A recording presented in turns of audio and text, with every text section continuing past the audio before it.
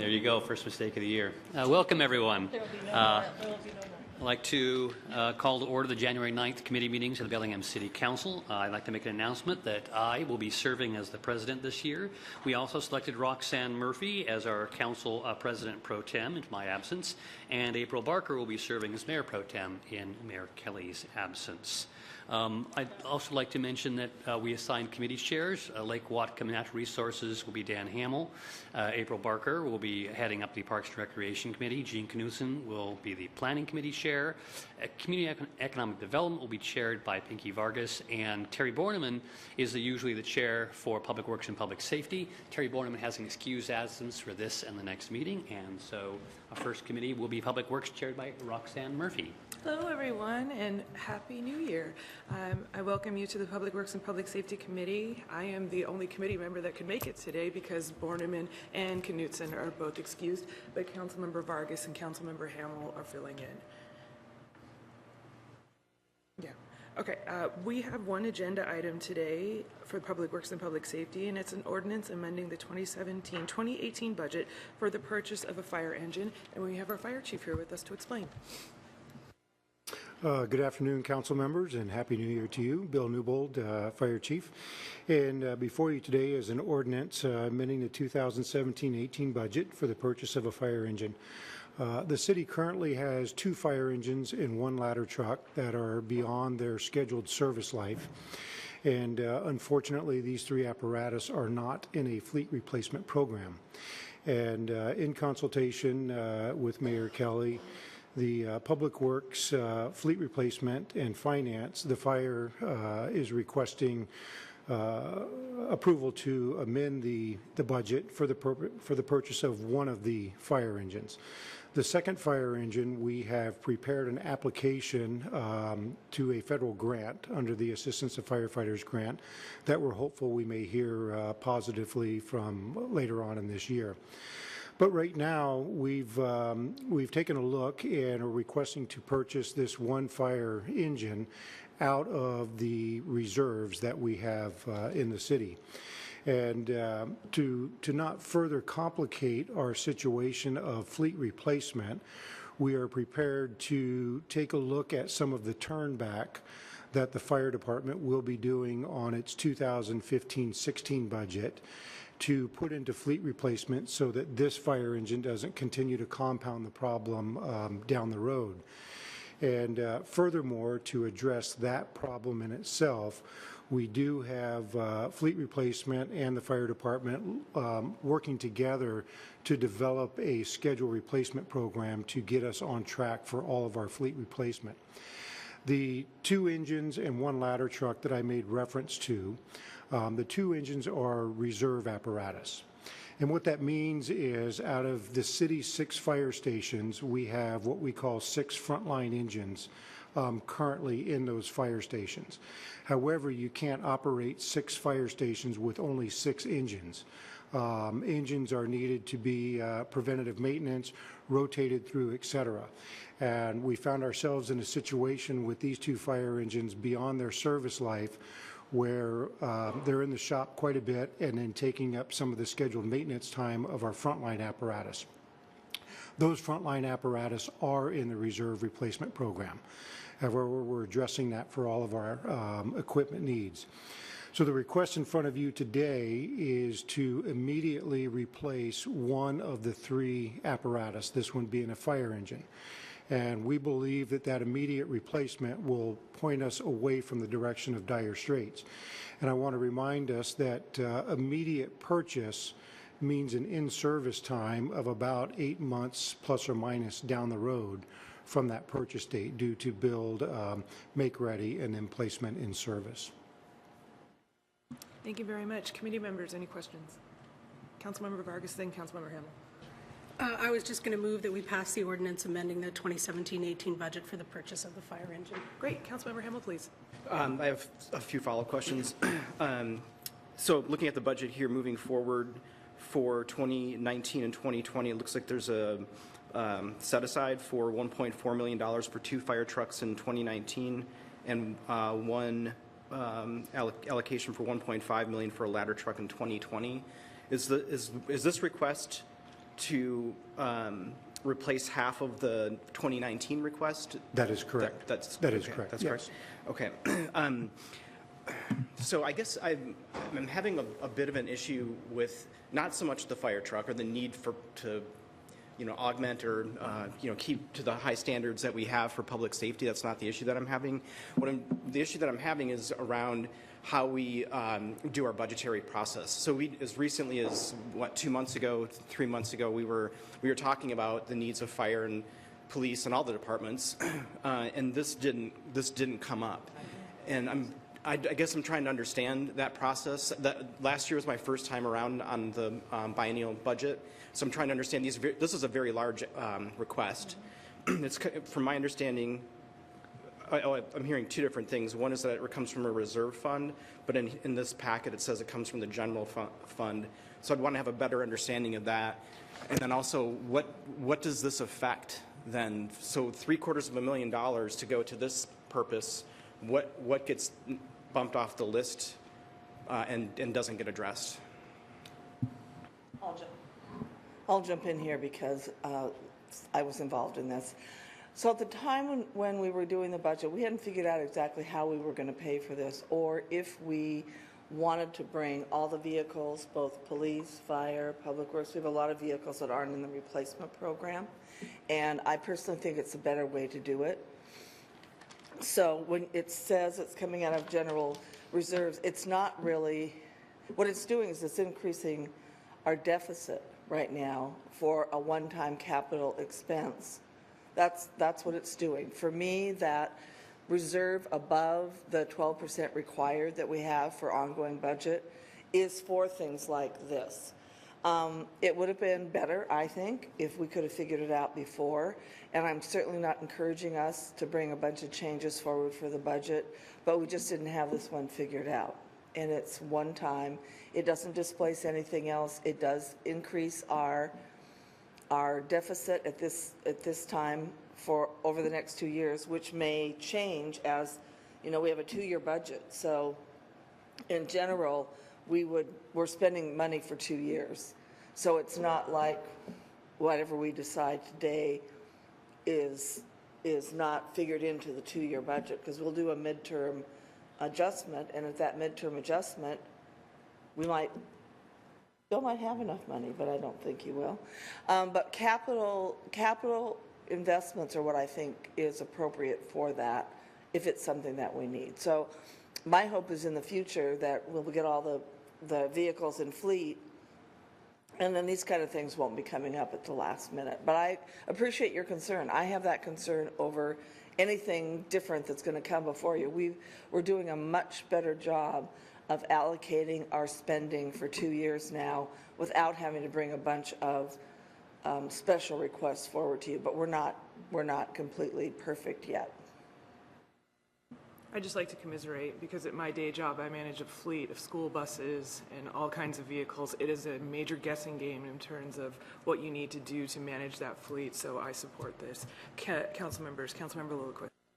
Thank you, Roxanne. So I have related concerns with Councilmember Hamel, but you seem to indicate that this is really accelerating 2019 budgeted expense and moving it up to 2017. And where I'm going with this is kind of, we're looking at long-term, 5, 6, 8, 20 years out, for where our revenue and expenditure lines go. After 2019, 2020, it's basically our predictions are still the same? No, I'm saying that if we put this in the budget now, we're affecting our 2-year deficit at the end of 18. That unless, and I'm assuming things will change over the course of that time to where this particular expenditure out of the unrestricted reserves is not going to be, have a different effect on our budget than it does today. And for me, if we can get all the fleet into the rotation program where we're paying ahead like we do for our computers, we won't have these one-offs. I think, Chief, is that correct? We won't have these one-off requests for council because we'll have been accounting. This is a step to try to account for things into the future. So I agree with you, Michael. I think what your goal is and what my goal is are the same. Councilmember Lillquist, please. Well, it's a kind of a shame that Gene and Terry aren't here because they have more history than I do or anyone else up here. I guess I was under the impression that we already had gotten ahead of the curve, that we had a big, uglier incident about, I don't know, 8, 9 years ago with some ladder trucks that we couldn't afford, and we started to move everything into long-range planning. I guess I'm surprised that there was still kind of one out there lingering. There's not just one. There's 3, and we're choosing just to bring one forward to you now, and then we're going to continue to work on how do we get everything in there. I think we have 9. I can't remember. There are some police vehicles that are also not in the rotation because of how they were purchased in the past. So we're trying to straighten that up for all of you. And I'm sure Terry and Jean were around when we did it the other way, where people wanted their control over their vehicles and not have to pay for them up front. It looks like an extra expense or an added expense to department heads when we're taking money out for a computer you might not buy for 5 years, or when we're taking it out for a vehicle you might not buy for 5 years. But what we're doing is what you were saying, Michael, we're planning ahead, so when it's time to get the new fire truck, the new ladder truck, the new police vehicle, we have paid into the pot, so to speak, so that we can buy it then without it disrupting our budget and our bottom line. I would suggest, and I'm not sure, Dan, what any of you are thinking about as far as, excuse me, what else you could spend that money on, something different.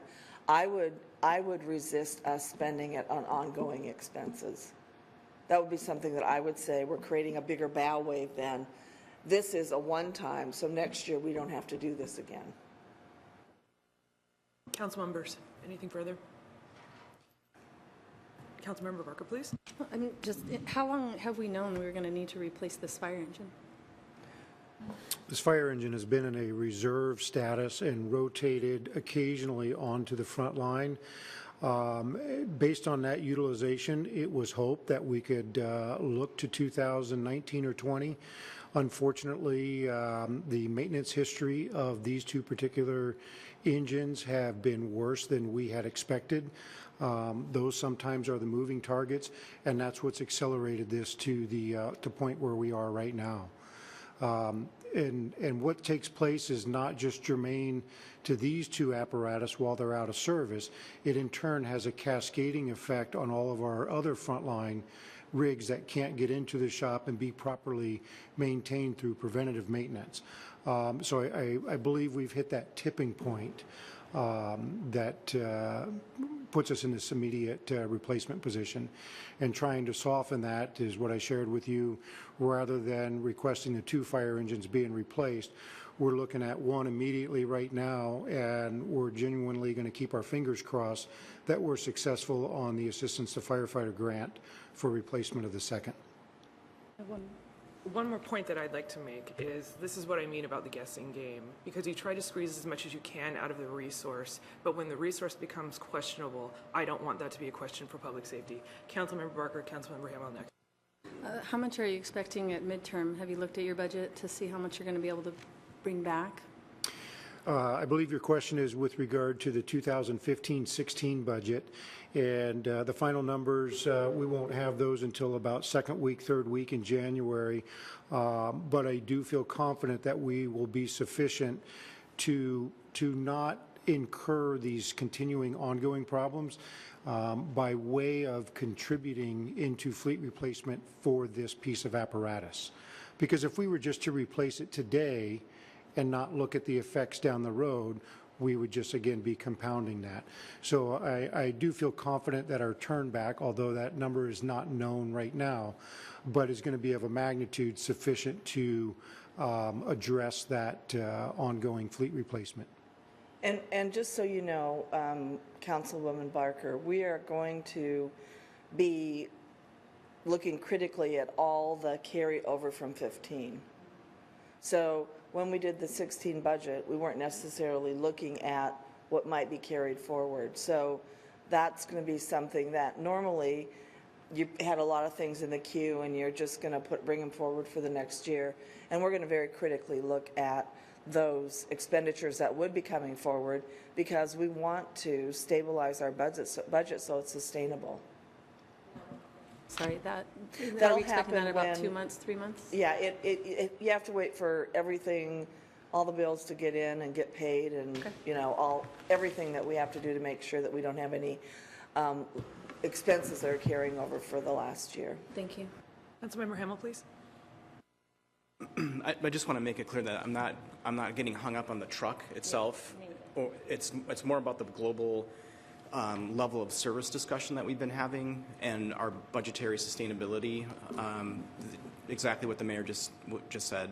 So it's not about delaying a critical life support system or anything like that. It's more so, will we be able to deliver our services in 2 or 3 years effectively? Where are we at financially? That's where my concerns lie. And just one last point about the budget, because who's the finance chair this year? Oh, I'll be spending a lot of time with you. I know you can't. The point is, in the last 2 years, we have done a much better job of making our, I mean, we're still in the hole, but we're doing better in getting our expenses and our revenues to match up. I'm hoping that at the end of 18, there'll be an end in sight. Now, that's very ambitious on my part, but I still would like to see us every year get closer as we have to get to the point where we're going to be able to guarantee to the public, because they're not thinking about our budget necessarily, they're thinking about the services that we're offering them. And in the recession, we cut a lot of services, and now we've been building those back up again. And there's services which relate to people, a lot of them, and investments in capital that we want to be able to say every year, we're doing this, we're doing this, we're doing this, not 1 year we're doing this and the next year we're going to have to cut or whatever. And we're much more sustainable now. And we're not eating as much out of our reserves, because we used a lot of unrestricted reserve money during the what was that thing we had, recession? I just want to say that I appreciate what the administration and finance and the departments have done to try to create greater stability for this. Council members, anything further? Okay, we have a motion to approve an ordinance amending the 2017-28 budget for the purchase of a fire engine. All those in favor, please say aye. Aye. Okay, we will bring this forward tonight with the unanimous recommendation at our council meeting this evening. End of committee.